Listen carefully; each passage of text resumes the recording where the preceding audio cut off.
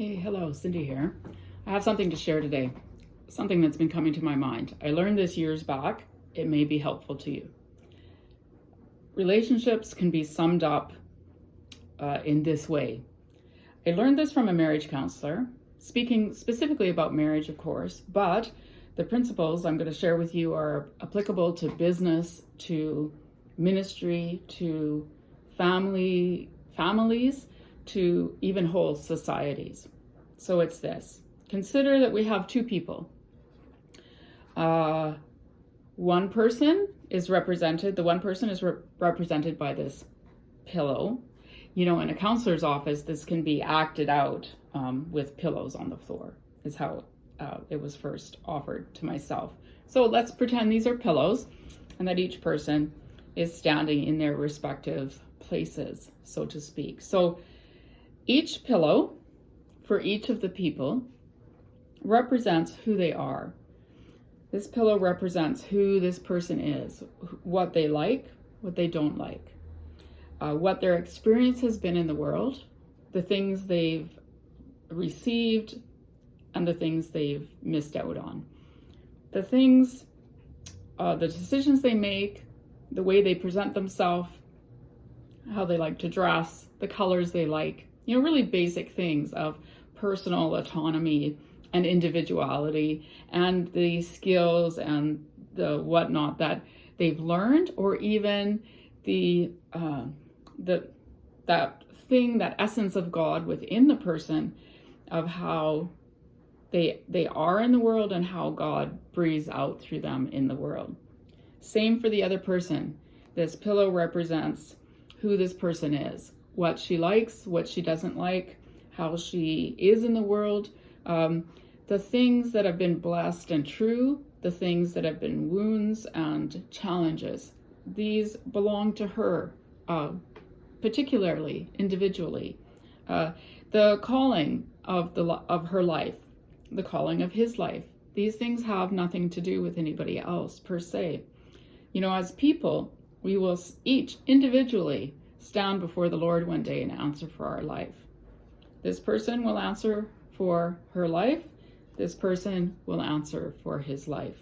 So there's a lot of room within who we are and how we've been created for this sense of self and this awareness of ourselves, for growth and maturity, for learning new things, for taking on new challenges, for making decisions that make sense to us, that lead us into further gladness and prosperity going forward, and that enable us to be a blessing to the other people we have around us.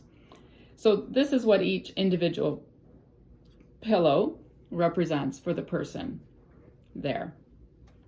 And then we have this pillow in the middle that is what we would call the relationship pillow. And again, this could be a marriage, as I'm acting it out here, but it could also be a business relationship, a ministry relationship, a relationship between neighbors, whole family systems relationship, and even a society, the way societies or countries even come into relationship with each other. And so the point is, each individual is in fact an individual made in the image of God.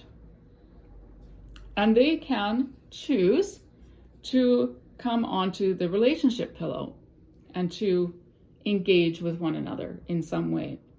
It's conversation, there's sharing.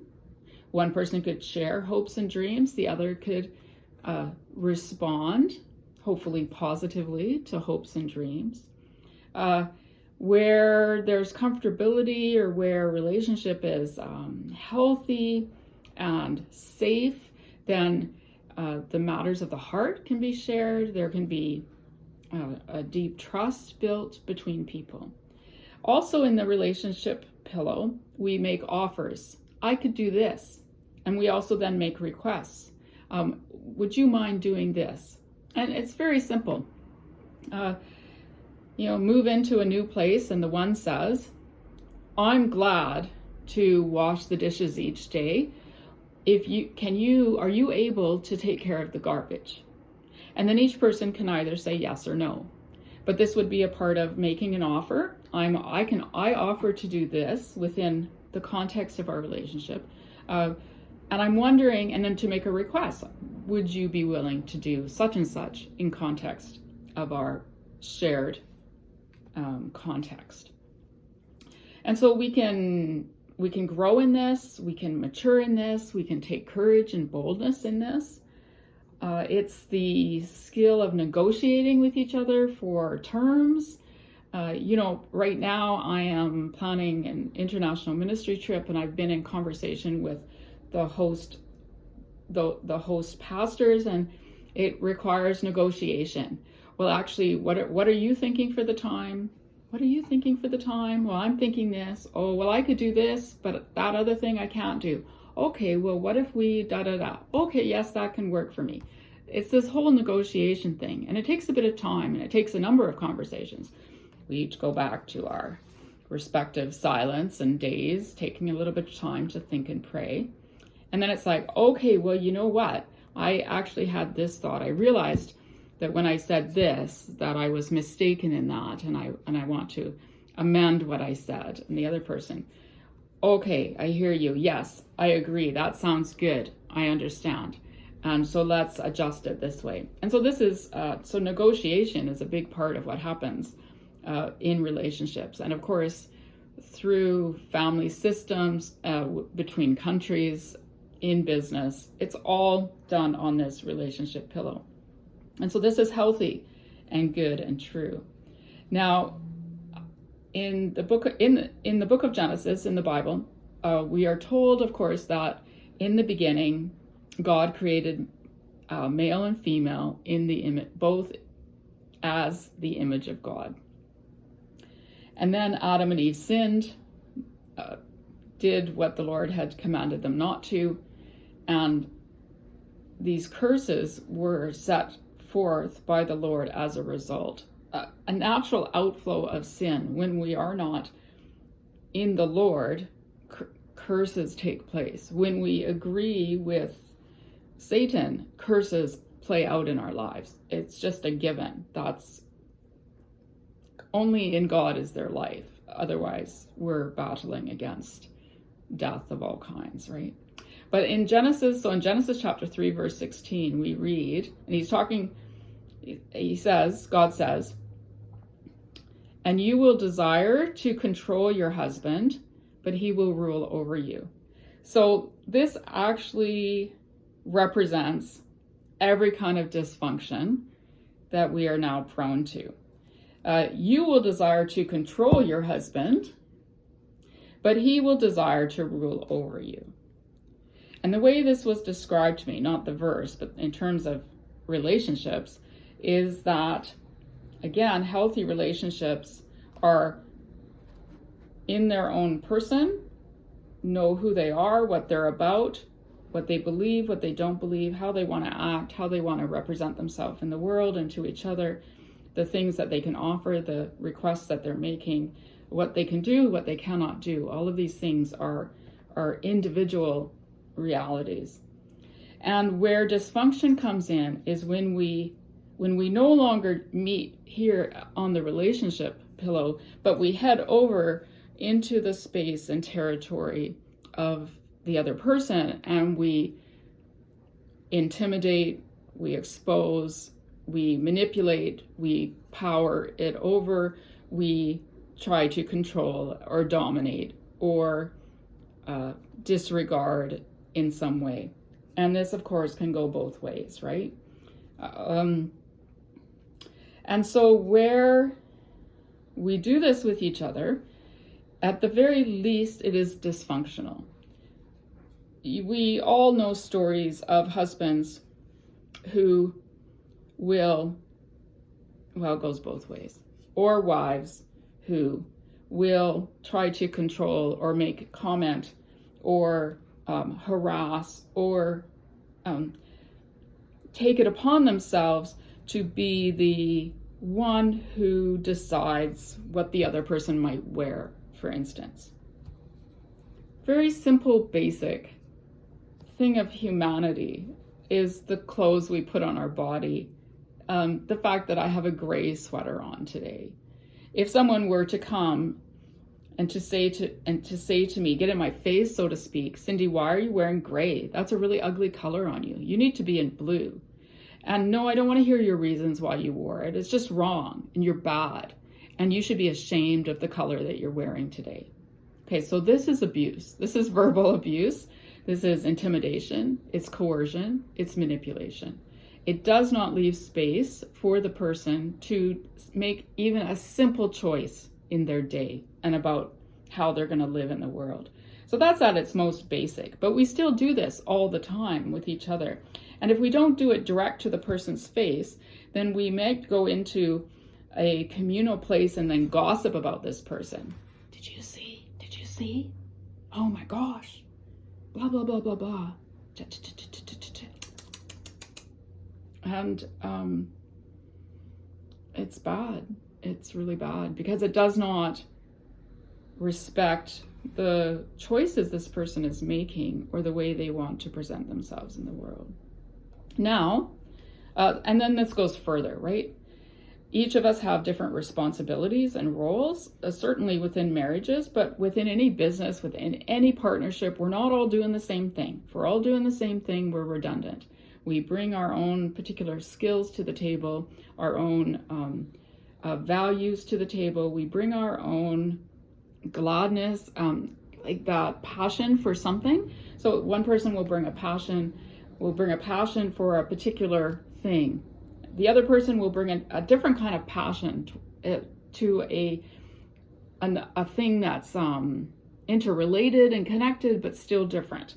And we need these two passions represented by these two different people in order to have a healthy whole, in order to bring a project, so to speak, through to completion, or family, or business, or ministry. It all needs to work out. This thing about this curse that women will try to control men and men will rule over women is no longer in effect according to the Lord, because God came, Jesus Christ came, died on the cross, and broke the curses of death and sin. And so ideally, as we live in God and with each other, we would no longer need to control or to dominate, but we are given and stand strong in our individuality, in again who we are, who we're not. And we offer that on this mutual place of called relationship. But we do not make the mistake to we don't do that. It won't help the relationship. Many relationships break because of this. Because while we can offer what we have, we can also leave if something here is not working. I have been in whole societies where I was in one particular society where, from what I could tell, women make no decision for their own life. I think I would say it as strongly as that, depending, I guess, on some nuance that I probably wasn't aware of. But it seemed like this husband will rule over you, got her to like the farthest corner of her own person. And he was just always right there and doing all the relationship for everybody from her pillow, from her place. And in that culture, women are very, very, very stuck. Now, in Western culture, we've sort of gone the other way, where the women are always over here making comment and wanting men small and keeping them small and thinking they're just supposed to, shut up and be obedient. And that would be a similar thing. And the thing is, these sorts of activities, this way of being with each other, doesn't work. And it will break down. There will be no relationship after a while. These things are untenable. We cannot live in abuse for decades and decades. Unless, of course, we make ourselves very small. But then the one who is abusing will resent and begin to hate the other person. It just doesn't work. It just never really works. But again, we can be strong in our own space, and we give that to each other. We do not make comment or harass each other for things that are none of our business.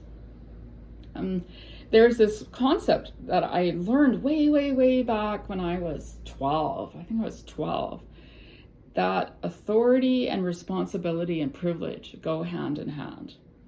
And so within each of our responsibilities, and everybody has responsibility, my responsibilities are not yours, and your responsibilities are not mine. And so the responsibilities that I have, if somebody also come with authority, I have, if I'm in a healthy state, and if I'm in have healthy boundaries with the people around me, then I will have the authority to carry out the responsibility.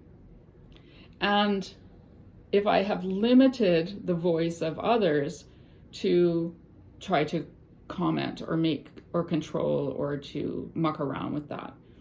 So if I have the responsibility of washing clothes, I'm washing some clothes in my washing machine today, giving a hand with some other laundry, actually that is not even all my own. So now I have taken on this responsibility to do this washing, and I'm very glad and happy. I have a lovely washing machine. I'm really glad to run the laundry through my machines.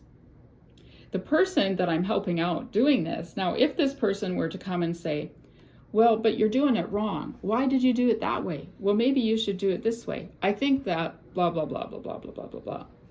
All of a sudden, my glad heart would be ebbing away. Okay, you know what? Why don't you just do the laundry? If you want the authority for the laundry, then you should have the responsibility to do the laundry. But within our societies and within our cultures and within our relationships, we've often really messed this up. We give one person the responsibility for something and the other person takes all the authority. Either way, it doesn't work. It's dysfunctional at best. It's toxic, and it can be quite abusive, depending on the extent to which this goes on. And often, the one person who is taking the authority will just take more and more and more and more and more if we let that happen. It's an addiction of some kind, and there's never enough. There's never enough authority or power once you begin to get it. And so it's very important that we say no to each other. That's not okay. And we may try to explain, we may try to make somebody else understand, but words are cheap. We start with our words, that's not okay. But if words don't compel any change, then we take action. And one of the ways we take action from dysfunctional relationships, dysfunctional family systems, dysfunctional ministry relationships, dysfunctional religion, dysfunctional business partnerships, is we remove ourselves from that thing. And so we don't need to keep using our words. In fact, words are cheap. We start with them, of course. We give the benefit of the doubt that maybe someone's going to pay attention, that things can be resolved as we make a request, offer what we need, whatever it might be. We do that with words, but as soon as it's understood that words don't work, we remove ourselves from that partnership. Because otherwise we are, in fact, putting at risk our mental health. We're putting at risk our well-being.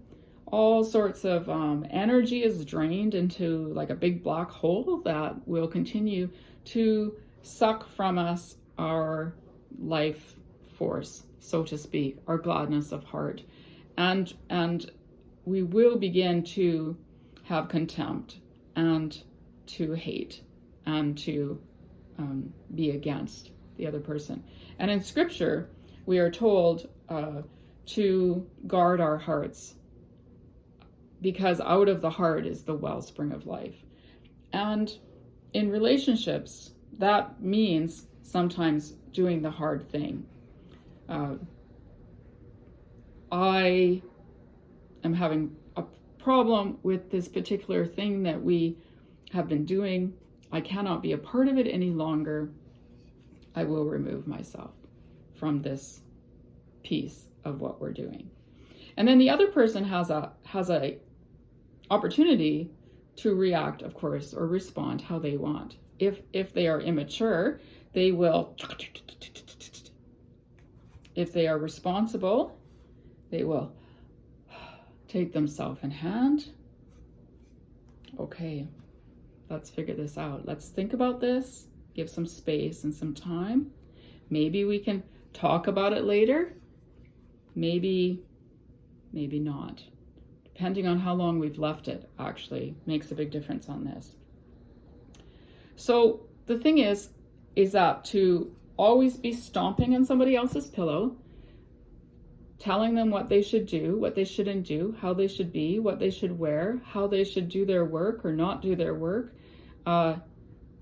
is exhausting. It doesn't bear good fruit. It's part of the curse. It is not the thing to do. We do not stomp on each other's pillows. And we can even say to each other, if we learn this together in whatever kind of partnership or relationships we have, it's pretty easy to go, hey, you're on my pillow. You're extending beyond the borders here. Get off my pillow. And the other person can, oh yeah. I hear you. I see. So we want to think about this in terms of all of our relationships, even within our cultures, particularly within our religions. Some religions or some flavors of religion can do this very badly. Of course, we know this. But in a society where we're always on each other's pillows, or where one group takes over all the pillows, those societies don't work. There is not economic prosperity. There is not creativity. There is not innovation. There is not this bubbling gladness of interacting with each other. Things just become flat and dull, and our life force is drained away. And so in our simplest, so that's at the far extreme, but we could talk about cultures or societies where the way it's set up, where that micromanaging of each other is so bad that the society does not go forward, and does not go forward for hundreds and hundreds of years, if ever. I have visited societies like this. It's a very strange thing. It's a very strange sort of place to be, a literal strange culture to find oneself in. It doesn't really make sense to those of us who haven't lived in a culture like that. But at the very least, at the very smallest bit, we can all guard our tongues. And so we can refuse to humiliate each other. And we can refuse to shun each other. And we can refuse to gossip about others, right? And we can learn what is our responsibility, what is not our responsibility. Be clear about that. Yes, I can do that. No, I can't do that. And we also learn what's our business and what is not our business. Well, that's none of my business. Well, actually, that's none of my business either. Oh, wait, that's actually none of my business. Somebody with us? Well, it's really none of your business what or how I'm choosing to do this thing. Another layer for it in terms of business and partnerships and ministry is this thing we call skin in the game. Sometimes we think that we have a say in something just because we have an opinion. But unless that person has proven some sort of skin in the game, that they are taking a risk, and that actually whether that decision comes back bad on them or not changes the way they make the decision. But if there's no skin in the game, it's so easy to go around just giving opinion left, right, and center, and thinking that, we should be paid attention to, when actually what we're giving opinion about is none of our business, because we're not actually close enough in, and we have not proven ourselves. So that's a bit about the pillows and relationship and healthy relationships. We share things, we acknowledge each other, we make offers, we make requests, we communicate things, and we disagree as well, and that's okay from time as we need to. We can say, no, I don't think so. And we can also stand strong in what we can do and what we cannot do. We don't have to do everything that everybody's thinking we should do. And in fact, if it's not congruent, probably shouldn't do it. Or we shift our hearts up so that we can respond in a way. But we want healthy relationships, and we want to move forward with each other in life-giving ways, and in ways that work, that bear good fruit in due time, right? So this is the pillow demonstration. It's lovely. You can throw a few pillows on the ground or 3 t-shirts or something, and you can act this out with each other and really get a feel for it. So may that be useful to you today as you live in the relationships and in the ministry partnerships, in the business deals, in the societies and the cultures that you have within your family systems and within your churches. So, blessings.